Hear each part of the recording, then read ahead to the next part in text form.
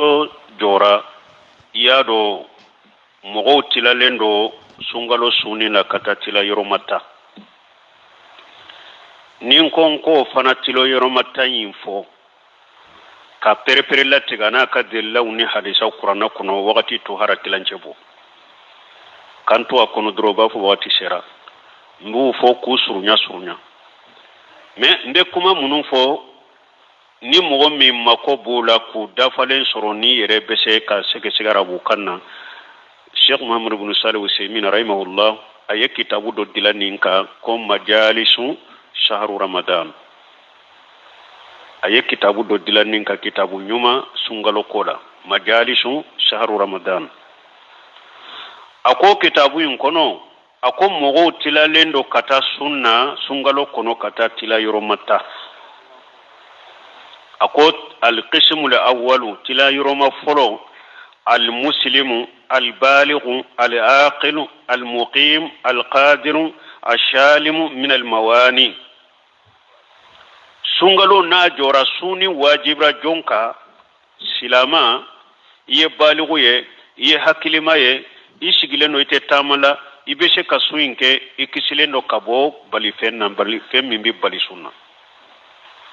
ni mogo sugu min fulen ni ninde mogo foloye ni sun wajira minka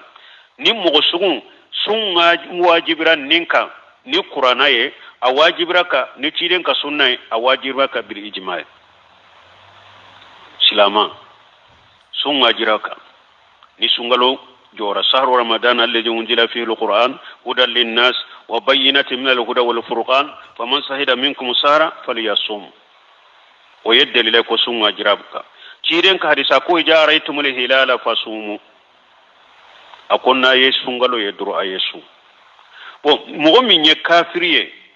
ثم واجب كافرك أنكو سوم واجب رسلام دك مي كافري ثم واجبك هر الناس سنة فناتسها parce que bato dunkete o don ke bawo yayira ni kafiri na silamiyara sungalo konona la lam yaljimhu khada aba yiremina ni sungalo na silamiyara sungalo konona la asilamira yiro min tile mununa aba yiremina bulusu munun temena ka kato kafiriya la usaralitaka alaka aya qoso qul lil ladina kafaru in yantahu yughfaru lahum ma qad salafa kafiri ka kafira la sungalo temenala na silamiyara sungalo mununa be uluso sungalo temenala kafira la usaralitaka aw na ya soro sungalo fana konona de la tile konona de la ambe salli fana wakati de la kafiri de tunye asilamiyara salli fana wakati kata salli fana la kata tile be aba yiremina atemmi ate dumuni ko otola tile to min temenala kato kafira la fana sarataka نيجي مغفول الإسلام مغفولنا القسم الثاني الصغير فلا يجب عليه الصيام حتى يبلغ دمسن فتني سنغلو لا سما واجبياكا فوكتا بالغيا كيدن كحديثا كسور في القلم عن الثلاثه عن النائم حتى يستيقظ وعن الشغير حتى يكبر وعن المجنون حتى يفيق دمسن فتني سما واجبياكا min ni mogo min ko ibe selafu la dege ki ka demisenu bila sunna kuni sun la dege pour ka salafu la dege basitala salafu salu tumbu ka demisen fitinu la sun unu beta misiri kono ni mi nogo ye demiseni min mina ube kungo ya mina nu kasira ube tilon ko fendo dama pour ka nege fo kata tilebe ka nyina dumuni ni jiko salafu tumbu ke wala ni ko ibi ka demisenu la su kuni su entraînement ni suye basitala mogo do fana be har ni demisenu yere ko be su ubu bali sunna wote hinna e kata demisenu made hinna e kata demisenu yare kala modina de kono ani baton de kallamu ni demisenu min ko ni sunna sunya de waya toriyado sumbe toral lase demisenu minna ama balu ye ka deuna o bali sunna basitika mi sunte min toro ibila ukasu awa demisenu be baluya ni ko damado de na sera santani duru abalu yara sun wajiraka ube ni abara koroshi bora sun wajibiraka ube ni demiseni na shigura ko ni muso jera la waji borala abaligu yara ceni muso baligu ya ni saba ceni muso be kaka ala muso ka baligu ya ta manse be jidini nani nae na ya ka kaluboye ni muso mane kaluboye dura baligu yara nani na be farale taka donc demisenu mi ni abaligu yara sungalo konona la aba yeremina sungalo tile konona ni abalugu yara odela tile to aba yeremina min temina kasaralitaka me balga tamase saba ceni muso be jera wala nani na obe fara muso taka minye awakalu boyeli ni nye mugo fulanay sungalo la القسم الثالث المجنون وهو فاقد العقل فلا يجب عليه الصيام تلا يرمى سبنا فاتو ثم واجب فاتوكا ثم واجب فاتوكا حديثا من تمنا ورفع القلم عن الثلاث ابو حديثا كونو وان المجنون حتى يفيق كيدن كو كلمو كرو تارا كبو مو سبكا demiseni ewan sin mugo sino bagato fokata wuli kalibute fen sabaye demiseni fokata balwo kalibute jugman sabaye fato fana fokata wakati minna bora yele karma kalibute sabaye fen sabaye donc fato suntaka na sunna fana aka sunte saha parce que nganyate fato la cirem fana ko innamal a'malu binniyati wa innamal likulli imri ma nawa nganyate fato la donc na sunna aka sun na fatala sunte fatoka ni mugo min ni aka fa yede wakati udola fa binama wakati udola abette maka min ka fa ni chogode doni ke bawo bolo ni fa nana la wakati mi sumbi naka bo ka sallitaka min ni fa temina la wakati maka hakili nana do mununa abe ulusu aka hakili nana salli mununa abe ulusa bonna ya soro fato a hakili tunna na fajiri wakati a hakili tumba chokola ayi sunke ka sunga ne ka sunta tile to konona la fa na la uta ka sunchiya abe komi mugo ni sunna ni kirina ibori ire karamuni tora kirina fokata tile bire fenti ka sunna ewa fato fana fajiri wakati aka hakili tunna na ayi sunta tile konona la fa na o don suma chiya ninde mogo kalite sabanay القسم الرابع كالتي ناننا الحرم الذي بلغ لحديان وسقط تمييزه فلا يجب عليه الصيام ولا إطعام عنه لسقوط التكليف عنه بجوال تمييزه فأصبح سبيا قبل التمييز mogo sabana mogo min korola akera chokorobai akera muso korobai akorola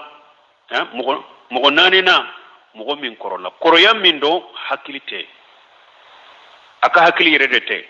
ninye muso de akorola koroya nkera sababu hakili yerete ube ninye ewa che de akorola mi hakilite hajiyan ani fato fana tekele wafo ni mahajiyan wakati dola aba yere kalama wakati dola ta yere kalama komo ba futo mo ko wakati dola ka yere jobe na wakati dola yere jotala ma koro min kera o chogola wakati dola ba yere kalama wakati dola ata yere kalama wakati munu na ata yere kalama na kera mugo de sa leta yere kalama wakati bede sunta ka mure botaka ma koro min de ni hakili de chinyana korola hakili chinyana sunta ka murebu binna ka boaka parce que ka hakilite ate fen kalama o kiri be komi demiseni ka kiri akiri be komi demiseni ka kiri sum binna ka boaka murebu taka parce que hada mede min ni ka hakilite dro silamiya sariya ka teklifu binna ka boeka ni muso korba mi hakilite chokorba mi hakilite sunta ka murebu taka min na ya soro waqatu dola hakili bina wakati dola fana hakili tena wakati munun na ka hakili bala sumbaka na teshika su wabu mure boke wakati munun ni hakili tala suntaka wayrola mure botaka ni nyem mo nani nay alqism alqamis mughaduruna al-ajij an shiyam ni ajijan mustamirra la yurja jawaluhu kal kabiri wal maridi maradan la yurja bur'uhu ka sahibu sartan mogo duruna mogo min desera sunna dese min do fana kudayde do atesede komi ewa mogo min korola iyado korola nye fulade koroya fulo ni ka hakilite a korola hakili fana te sunte nin ka mure botoka wamate molawa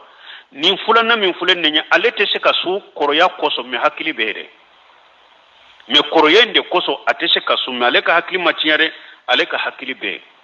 atese ka su fana ube bana bagato min tese ka su bana min bala fana bana intese ka furake komi kanseru na nyogona ube mogo munu malaka lafiya wulu sugun sun bulina ka be wulu ka ube mure boke ma korban min tese ka su mi hakili bala ube bana bagato min bana dobila bana min ni e yere jigita bana inkene yalila bana sugu min do ita ate kene e jigita kene yalila ni mogo sugu sungalo la nu tese de kudai sun binna ka bo wulu ka ube mure boke mure bo na kadu ye sungalo dongodo don ko kilo wo nesfu ko kilo kele ni tlanje do ya kawye me mbe kitabu minka nyon nya foye majalis saru ramadan bunu ushemin ole ye sawu ale ya jate mina bebe kilo fulani garamu binani de donc ale ko ni mure bo sisa donc ni be mure yimbo iba kede rubu usa abe komi nanko ni ewa sawu fana fule kopunya nani debe do sawula donc kopunya nani sawu tila nani na kopunya kele ale yo jate mina obe boye kilo tilanche ani garamuta mimba leka kitabu nkono ya kilo kele ni garamu kilo tilanche ani garamuta dongo do ibo bo kadi fantama ube na kadiye iba bila ni sungalo banna iba be fara nyogonka sungalo benatile mugani kononto de la mugani kononto ta iba fara nyogonka ube ni sungalo benatile bisaba de leba be fara nyogonka tobi ka fantam muga ani kononto wele ube na dun ube ka fantam bisaba wele ube na dun ni nye munun be mure boke wele munun tese ka su mogo min korola ube mogo min ni bana bala tese ka furake uruba ke nin chogola فالقسم السادس المسافر مغو كاليتي ورونا ويتامده تامده سنغلو لا إذا لم يقصد بسفره تحيل على الفطر تامده مني إما تاما دابوا كما كاكي فيري پوري كاشي كامي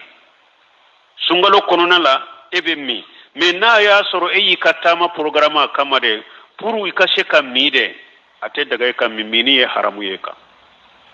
ne ye tama ke fere de kata mini de masungalo la mini haramu yare ka de me ni ma tama indabo akama tama de nanila sungalo konona la awa sumbi naka boy ke be saka juruta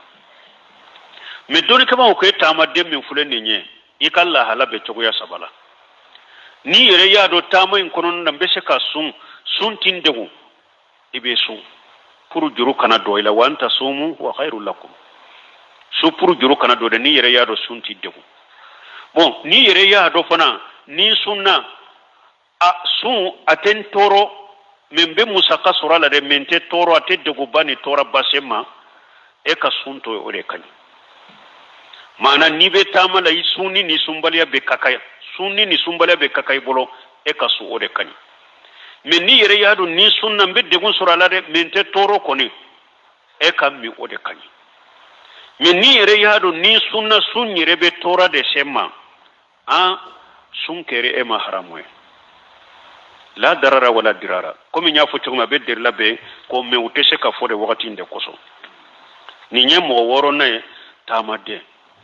ibe se ka juruta sungalola ni sigira ibasara al qismu sabiun مغولون فلنا المريض الذي يرجى برء مرضه وله ثلاث حالات مو ولون فلنا بنا بغتو مي بنا مندو اي جيغي بالي بنا كنيا ayado bana bagato ayu kolosi mogo munun korola ulu ye cogoya fula ye banabagato fana ye cogoya fula ye bana min tɛ se ka furakɛ an tɛmɛnen o la nin wolonfilanan sisan nin ye banabagatɔ de ye bana min y'i sɔrɔ i jigi b'a la ko i bɛna furakɛ i jigi b'a la ko i bɛna kɛnɛya nin bana sugu e bɛ min sunkalo la mais i bɛ juru de ta ni sunkalo tɛmɛna i b'a sara mais e banabagatɔ fana lahala sara b'i kan lahala fɔlɔ ni e yɛrɛ y'a dɔn bana min bɛ n na n jigi b'a la a bɛna furakɛ et puis bana sugu min dɔ fana n bɛ se ka sun a t'i n tɔɔrɔ i bɛ su juru kana don i kan na ni yɛrɛ y'a dɔn i bɛ se ka su ka bana in to i la su in tɛ degun lase ma t'i tɔɔrɔ i bɛ su juru kana kari la i ni mɔgɔw ka su ɲɔgɔn fɛ kɛlɛ i ka lahala filanan ni yɛrɛ y'a dɔn bana min bɛ n na ni sunna awa a bɛna degun dɔ lase ma a bɛ gɛlɛya n kan donc e kana sun min kana sun i bɛ min i ka sunni ye makari o yɔrɔ la i ka lahala sabanan ni yɛrɛ y'a dɔn bana min bɛ na ni sunna dɔrɔn bana in bɛ wa su in bɛ ka bana jiri de ou bien a bɛ tɔɔrɔ yɛrɛ de lase ma i ka sun ye haramu ye kana sun i bɛ juru ta ni sunkalo tɛmɛna e b'a sara alqismu saminu mɔgɔ seginna alhayidun muso min ni kalobɔ y'a sɔrɔ muso min bɛ kalobɔ la fayahrimu alayhi siyam wala yashihu minha muso min ni kalobɔ de b'i la sun haramuyara i kan hali ni sunna maloya kama ka fara mɔgɔw kan i ka sun tɛ saha n'i y'a kɛ maloya ye e bɛ kalobɔ la ni n tora ka min n kana maloya mɔgɔw kana bɔ ko n bɛ kalobɔ de la e y'i yɛrɛ kɛ sunbaga o de la i ye haramu kɛ dɛ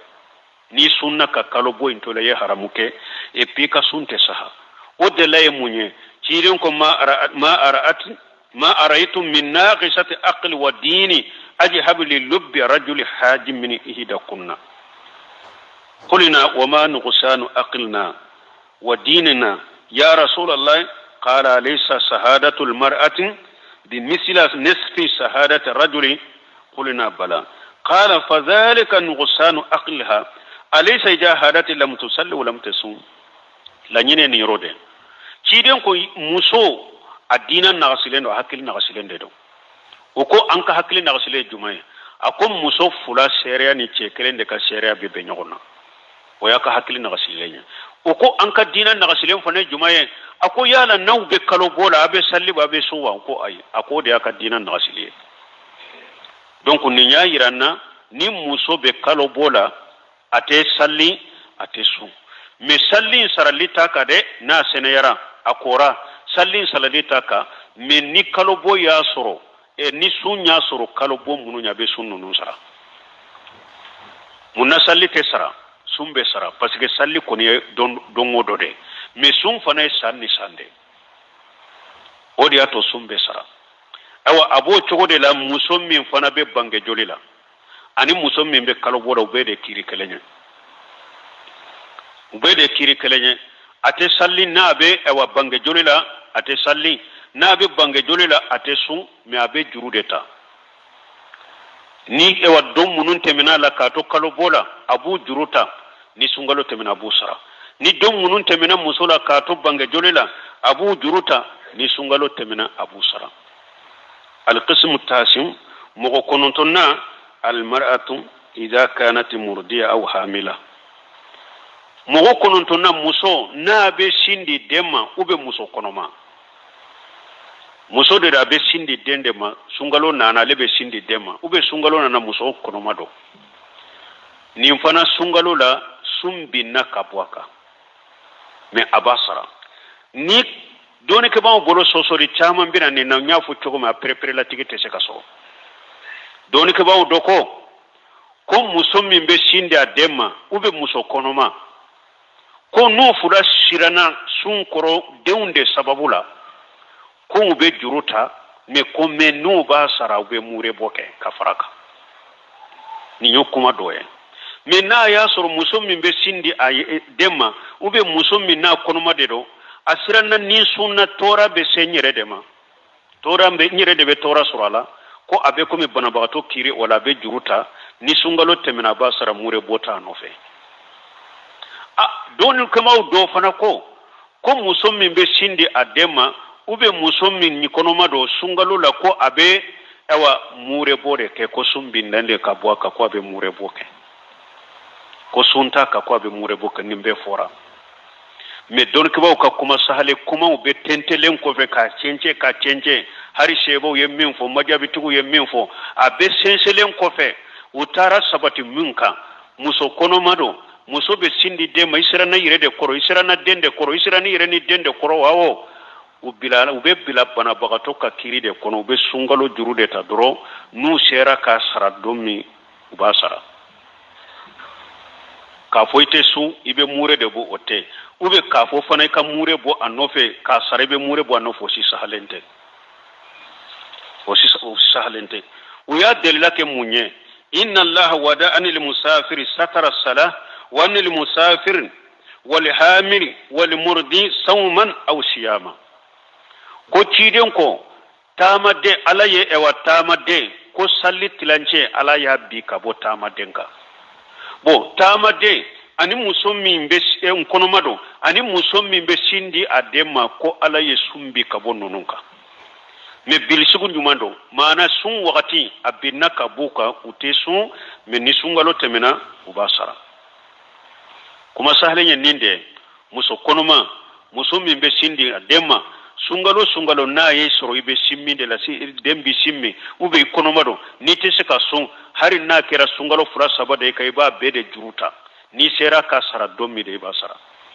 ni sera ka sara wati mi iba sara munun ba fo ko sara lete ka sunti ka be mure bode ke kuma sahalente munun fana ba fo ko jurube sara de mure bobe ka no fas olu fana sahalente lezina daima tumami doni kiba grupu sikira ka tente ka dilaw sense usabatira minka ube komi bana bakatore fa iddatu min ayam ukharu ube jurude ta doro ni sungalo temena ubasara ni nye mogo jolinae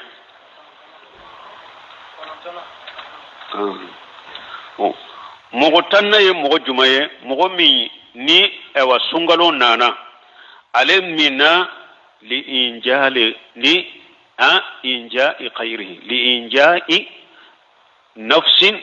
معصوم لإنقاذ من احتاج للفطر مغتنى مغجمة من احتاج للفطر لدفع ضرورة خيره كإنقاذ معصوم نمغمي حتاجرا مننا پورك ضرورة ولي كبو مغوركا نمي نينكا نمي نين تنغالي مثالي لا sungalo do sunendo ala kan kisama nana mogo dola ba fe kato jila yere mbado ninne mo inka suntige purun ka fanga soro nka se ka do ji nkono kanimbo akanato ji na beto ji na suntige ikatisi ni sungalo temena ibasa ube tasuma donna yuro do dela sunendo ya do nimma suntige ntese ka nin tasuma faka ni matasuma infana fagan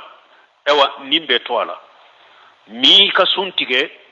ika fanga soro ika tasuma faga kabwa tigila donc doni ke ba wiye pompion do nimbo kadiri de kono sungalo kono na ni tasuma do na yoro mi nu yire ya do namman ka suntige kam ante se ka tasuma infaga ukami sungalo tile kono ka tasuma faga ni sungalo temena donc ubasara uba fo ninde ma mogo min minna pour nin wori kisili sababula nin minye nin kisilenya abo togola fana mogo min fana be me ambe jahadu wakati de la anni kafiru de be nyogona anyere bado nanko anka sun an sun to ka kafiru kele an fanga be dogo ya be se ka she anna ambe mi pour anka fanga soro jahadu nya ambe mi pour anka fanga soro ka jahadu ke donc ninde mogo qualité tanye sungalo konona mogo qualité tanye ninde donc ambe ala deli sungalo ala ka iranna lafiya ni keneyala ni bisukun kalasi nambo sura kono kasu ka fori ala ka bato no yanye akono anya fo wakati sera anya fo chogomi ni nye derisu jole fo kata sungalo teme ni ala sonna derisu jorabi fo kata sungalo teme ni sungalo teme na alhamdulillah kan kenemato ambe sage deresu nunun ka inshallah. Donc min ye sungalo deresu andella ka fo cogomi o be ke sugu konona de la o be ke sugu konona de la ni ala sonna mi o be ke maraka kande la nyinin kalu de be jabi bambanan kanna ni nyinin kalu wakati usera subhanaka allahumma rabbana bihamdika ashhadu an la ilaha illa anta astaghfiruka wa atubu ilaik.